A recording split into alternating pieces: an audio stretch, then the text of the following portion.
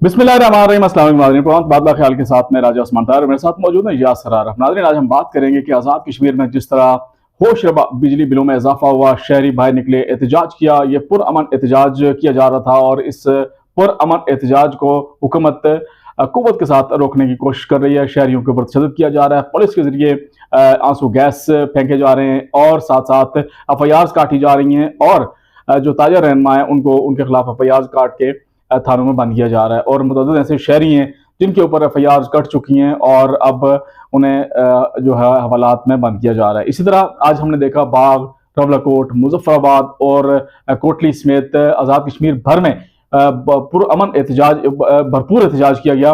पुरअमन तो खैर नहीं था क्योंकि शहरियों की जानिब से पुरअमन था, लेकिन हुकूमत ने इसको कोशिश की कि किसी न किसी तरीके से इसको दबाया जाए, इन लोगों की आवाज़ को बाहर ना निकलने दिया जाए। आज हम इस हवाले से बात करेंगे। इसके साथ साथ बात करेंगे नाज़रीन कि वज़ीर आज़म चौधरी अनवरुल हक ने पुंछ जिले का दौरा किया, रवलाकोट, हजीरा और दीगर इलाकों में वो गए हैं। इस दौरे के क्या मकासद थे, क्या वो अपने मकासद हासिल कर पाए हैं या नहीं, इस हवाले से बात करेंगे। सबसे पहले हम बात करेंगे कि बिजली बिलों के हवाले से जो पुरअमन एहतजाज शहरी कर रहे थे और बिलाखिर हुकूमत ने बहुत सारी कोशिशें की कि शहरियों को किसी न किसी तरीके से लॉलीपॉप दे के बहलाया फिसलाया जाए और उनको ये एहतजाज करने से रोका जाए, लेकिन शहरियों को पता था कि हुकूमत एक लॉलीपॉप दे रही है।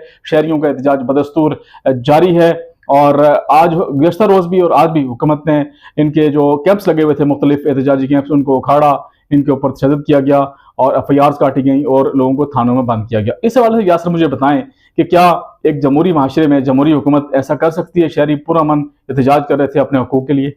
बहुत शुक्रिया उस्मान ताहिर साहब। उस्मान ताहिर साहब, जब हम ये बात करते हैं कि एक जमहूरी और पार्लिमानी निज़ाम, तो फिर ये नाम, ये जमहूरियत और पार्लियामेंट का ये निज़ाम इस बात का तकाजा करता है कि कोई ना कोई इसकी शक्ल जो है ना अमलन होनी चाहिए। जब आप जमहूरियत की बात करते हैं और रवैये आपके आमराना हो तो तब वो निज़ाम एग्जिस्ट नहीं करता, वो आम बंदे को कन्विंस नहीं कर सकता। जब वो ये बाहर से उसे ये राग सुबह शाम अखबारात में, टेलीविजन चैनल पे एक अलापा जा रहा होता है कि डेमोक्रेसी, जमहूरियत, पार्लिमानी निज़ाम, लेकिन बाहर आके पता चले कि 6 माह होने वाले जिस हुकूमत को, वो हुकूमत अभी तक अपने वज़रा को पोर्टफोलियोज नहीं दे सकी, वो अभी तक अपने सिस्टम को स्ट्रीमलाइन नहीं कर सकी और वो हर चीज को डंडे के जोर पे जो है ना दुरुस्त करना चाहती है, तो वो जमहूरी निजाम नहीं है। आजाद कश्मीर के अंदर इस वक्त माजरत से, इंतहाई माजरत से, कोई जमहूरी निजाम या जमहूरी हुकूमत नहीं है। ये फर्द वाहिद की हुकूमत है जो निजाम को अपने मखसूस मजाज के मुताबिक चलाना चाहता है। हमने देखा भी एक एहतजाज हुआ था टीचरों की जांच पे, उनके ऊपर भी बड़ा तशद्दुद किया गया। हुकूमत बजाय एट द एंड जाके उनसे मुज़ाकरात ही हुए, लेकिन उससे पहले उनके ऊपर तशद्दुद किया गया, उनके ऊपर FIRs काटी गई और आपने देखा कि असातिज़ा के ऊपर उसका नतीजा आपके सामने आया था ना। तब दूसरे दिन क्या हुआ था, सारे आज़ाद कश्मीर से असातिज़ा निकल आए थे। बाग के अंदर लोग जो है ना थाने के अंदर जाके वॉलंटियरली उन्होंने जेल भराओ मुहिम शुरू कर दी थी। यानी एक पुरअमन एहतजाज कर रहे हैं और इसका आगाज कल रात से हुआ जब रावलाकोट के अंदर, बाग के अंदर और फिर दीगर जगहों, कोटली के अंदर, जब उन्होंने मुजफ्फराबाद के अंदर जाके कैंप्स उखाड़े। और कैंप्स के अंदर 30 से 40 लोग बैठे हुए हैं, पुरअमन बैठे हुए हैं। रावलाकोट के कैंप की वीडियो जो है ना सोशल मीडिया पे वायरल है। वज़ीर आज़म उनके पास से गुजर रहे हैं, उन्होंने अपने कैंप से होके एक बिल्कुल महज़बाना अंदाज के अंदर नारे लगाए, उससे ज्यादा कुछ नहीं किया। तो जब उनको आप कैंप्स को उखाड़ेंगे, हालांकि उन्हें यह चाहिए था कि जमहूरी वज़ीर आज़म है वो उठ के उनके अपनी काफिला रोक के कैंप में जाते, लोगों से मिलते, उनसे बात करते और पोलाइटली उनसे पूछते जी आपकी क्या मामलात हैं, क्या उस्मान साहब। और इस यकीन करें कि इस वज़ीर आज़म साहब की मतलब कई ज्यादा जो उससे ज्यादा आवाम में जो है ना वो हो जाती है कि देखें वज़ीर आज़म साहब कैंप में। बिल्कुल ऐसे माजी में बड़े बड़े सख्त इश्यूज पे इस तरह के प्रोसेशन में ऐसा हुआ है कि वज़ीर आज़म अपना आप मार के ना, अपनी अना मार के लोगों के पास चले गए, लेकिन वज़ीर आज़म साहब ये क्यों नहीं गए, उसकी वजह ये है कि जब ये पुंछ में गए, और ये भी नाजरीन के लिए बड़ी बेहतरीन खबर है और खबर तो सब लोगों के पास है कि जब से अनवार सरकार आजाद कश्मीर के अंदर इसका वजूद अमल में आया, तब से ये वज़ीर आज़म मौसूफ ये कहते फिर रहे थे, दर्जनों टॉक्स के अंदर, लोगों के साथ गुफ्तगू के अंदर उन्होंने यही था कि मैं अपना पहला दौरा पुंछ से करूंगा। और जनाबे वाला पुंछ का पहला दौरा लोगों ने देख लिया। उसके नताइज क्या है, पहले अवामी हकूक की कमेटी थी पुंछ की, उससे इन्होंने मुज़ाकरात की रिक्वेस्ट की, उसने रिफ्यूज कर दिया कि हम वज़ीर आज़म से किसी किस्म का कोई मुज़ाकरात नहीं करना चाहते एक्शन कमेटी का।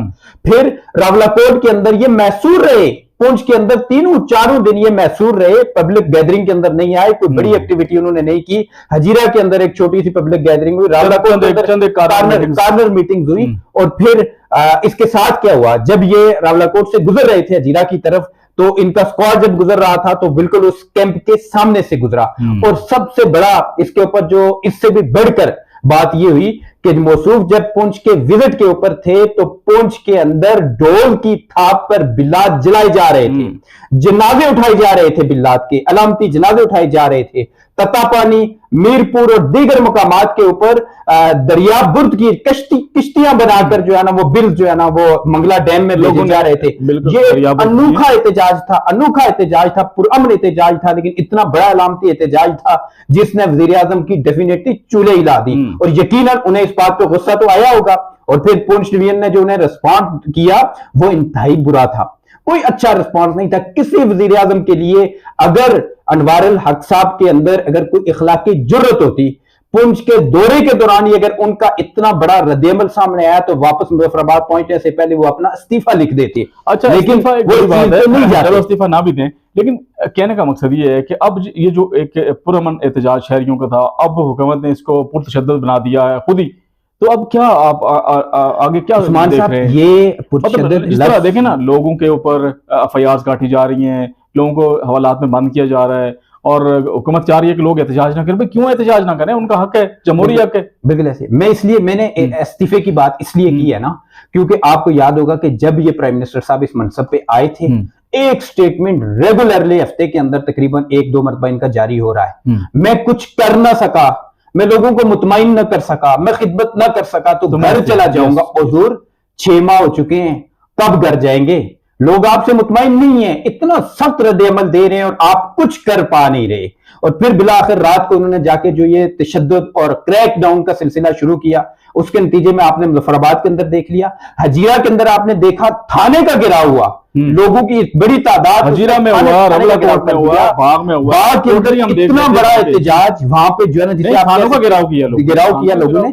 ये सारी चीजें इस चीज की तरफ बता रही हैं कि आजाद कश्मीर में वजारत उज़्मा के मनसब पे बिठाया गया शख्स, अवाम उसे अब तक कबूल करने को किसी सूरत तैयार नहीं है। और जाहिर है जब आप एक ऐसे गैर मकबूल शख्स को कि जिसका पॉलिटिकल ट्रैक रिकॉर्ड जो किसी पॉलिटिकल लीडर का होता है वो कुछ भी नहीं, वो एक अकलौता वन मैन शो रहा, स्पीकर रहा, अगर जहां कहीं भी रहा उसका एक अपना मखसूस मजाज है, और जिसके साथ चलने वाला एक एमएलए भी नहीं है, ये रिकॉर्ड पे है, ये हर तरह की रिपोर्ट्स ये बात बताती हैं। उसको जब इतने बड़े मनसब पे बिठा देंगे और नतीजतन फिर तो यही होना है। 47 वोट 48 वोट किसी कहने पे टल गए थे। लेकिन मेरा ख्याल ये है कि अनवर हक साहब को चाहिए था कि इतना बड़ा मैंडेट जब उनको जिसने भी दिया, उनको मैंडेट दिलवाया गया, उनको डिलीवर करना चाहिए था।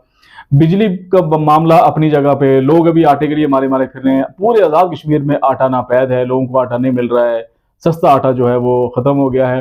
अब बिजली वाला जो मामला एक बड़ा अहम इशू था और हुकूमत इसको जोर से दबाने की कोशिश कर रही है, ताकत के जरिए दबाने की कोशिश कर रही है, लेकिन ताकत के जरिए ऐसी चीजें कहां दबती हैं जोरे वाला, लोग पुरअमन। उस्मान साहब मुझे एक चीज लग रही है, ये जो अनवर हक साहब प्राइम मिनिस्टर आजाद कश्मीर है, ये आए थे 6 माह के लिए, और क्योंकि इनके बारे में ये कहा जाता है कि कोई बात इनके पास रहती नहीं है, ये बात जरूर अपनी कर लेते हैं जो इनके पास होती है बात।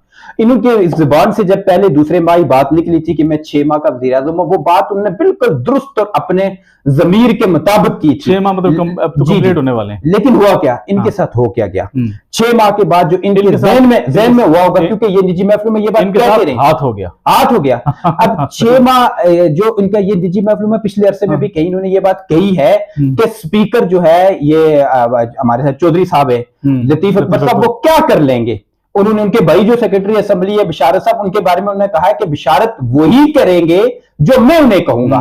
अब हुआ ये कि मौसूफ को ये पता था, और उन्होंने पहले दिन, मैंने शायद लास्ट टाइम भी ये गुफ्तगू में ये बात कही थी कि जिस दिन सरदार तनवीर इलियास खान साहब बाहैसियत वजीर आजम असेंबली के फ्लोर पर आए थे, पहला दिन था उनका प्राइम मिनिस्टर, वो मुंतखब हुए थे असेंबली से, उस वक्त फैसल राठौर साहब जो मेंबर असेंबली है हवेली से, उन्होंने पॉइंट ऑफ ऑर्डर पे शायद 1-2 मरतबा खड़े होकर को बात करना चाहिए, तो ये स्पीकर अनवर हक साहब ने उन्हें ये मुखातिब करके कहा था, मैं खुद उस गैलरी में मौजूद था, हमने खुद सुना, उन्हें कहा कि ऑनरेबल मेंबर असेंबली हवेली, ठीक है, माजूर मेंबर असेंबली हवेली, आप तशरीफ रखिए। मुझे पता है कि 6 माह के बाद मेरी इस निशिस्त पर आप विराजमान होंगे।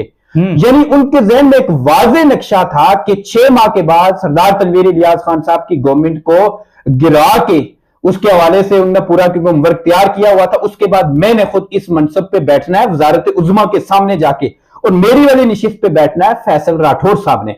अब पीपल्स पार्टी के अंदर ये एक अनहोना फैसला हो गया, आप इसे कह सकते हैं कि सीनियर मोस्ट होने के नाते लतीफ अकबर साहब स्पीकर असेंबली बन गए। अब स्पीकर असेंबली की ग्रिप है मुजफ्फराबाद की, वहां की एम्प्लॉयमेंट, स्पीकर खुद, और वो आइन और कानून के हवाले से बहुत जो ना इंतहाई जिसे आप कह सकते हैं कि वो दस्तरस रखते हैं। तो अनवार सरकार अब जब से ये स्पीकर बने हैं उस वक्त से अब तक परेशान है इसी में। उन्हें सुबह शाम यही खदशा होता है कि लतीफ अकबर साहब मेरे साथ कहीं हाथ ना कर देंगे, बल्कि उन्हें ख्वाब और नींद में भी आता है। अब 6 माह के बाद उन्होंने जो अपना टारगेट सेट किया हुआ था कि मैंने असेंबली तोड़ देनी है, कुछ ना बन सका तो ना खेडेंगे तो ना खेडन दियांगे, उस फलसफे पर उन्होंने चलना था। अब पीपल्स पार्टी ने हमने जिक्र किया था कि उनके खिलाफ एक वोट नो कॉन्फिडेंस मूव के ऊपर सिग्नेचर करवाए हुए हैं। ये चीज वो खौफ है अनवार अल हक साहब पे कि जिसके बाद अब उनके लिए असेंबली तोड़ना मुमकिन नहीं रहा। फिर वो एजाज अब्बासी साहब ने कुछ दिन पहले एक टॉक शो के अंदर ये बात कही और मुझे उनकी बात बड़ी अच्छी लगी। उन्होंने ये बात कही कि भाई अनवार अल हक साहब को समझ ही नहीं आ रही, वो टामकटोइयां मार रहे हैं। बिल्कुल ऐसे ही है, उन्हें यह बात सुझाई ही नहीं दे रही कि मैंने ये क्या करना चाहिए क्या नहीं करना चाहिए, और वो खुद अपने जहन में जो चीज आ रही है एक पुरतशद्दद ज़हनियत के साथ वो अभी तशद्दुद की राह पे चल पड़े, और इसके नताइज क्या होंगे। वक्ती तौर पे आप मुजाहिरीन को शायद रोक सकें, और ये बात सलामती के इदारों के लिए है जो हम करने जा रहे हैं।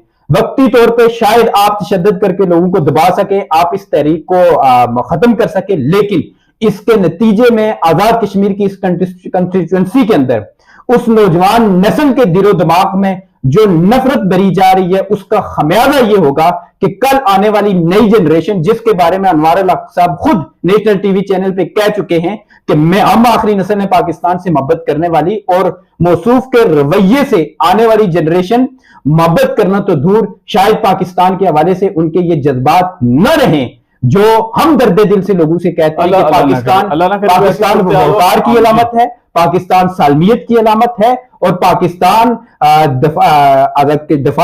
आजाद कश्मीर जो है ये दफाए पाकिस्तान की फसील है। हम नहीं चाहते कि एक ऐसा शख्स यहां पे आके रियासत के साथ वो सलूक करे जिसके नतीजे में वो जहर बरा जाए नौजवान नस्ल में जो आगे उसके ऊपर रद्द-ए-अमल। ऐसे मुल्क की जो सलामती के इदारे हैं उनको इस हवाले से संजीदगी से सोचना चाहिए कि जिस तरह आज़ाद कश्मीर में एक पुरअमन एहतजाज को दबाने की कोशिश की जा रही है और निहत्ते शहरियों के ऊपर शेलिंग की जा रही है और उनको दबाया जा रहा है, वो एहतजाज सिर्फ इसलिए कर रहे हैं, अपने हक के लिए कर रहे हैं। हक उनका क्या है? बिजली के बिल ज्यादा क्यों आए? जब आज़ाद कश्मीर भर में लोगों को पता है कि पहाड़ी इलाके हैं, मोस्टली वहाँ पे बिजली की इतनी ज़रूरत नहीं होती, मतलब इतनी कंजम्पशन नहीं होती, बिजली इतनी इस्तेमाल नहीं की जाती है, लेकिन फिर भी महीने के बाद अगर हज़ारों के बिल आ जाएं, 20,000 25,000 का बिल अगर किसी गरीब का आ जाए, या किसी ने 2 पंखे एक बल्ब जलाया हुआ है, 2 बल्ब एक पंखा जलाया हुआ है, तो अगर उसका बिल 10,000 रुपये आता है तो वाकई इससे बड़ी ज्यादती मैं समझता हूँ कुछ नहीं है। हुकूमत को इस हवाले से संजीदगी से सोचना चाहिए, शहरियों के ऊपर बजाय इसके कि बैठ के उनसे बातचीत की जाए,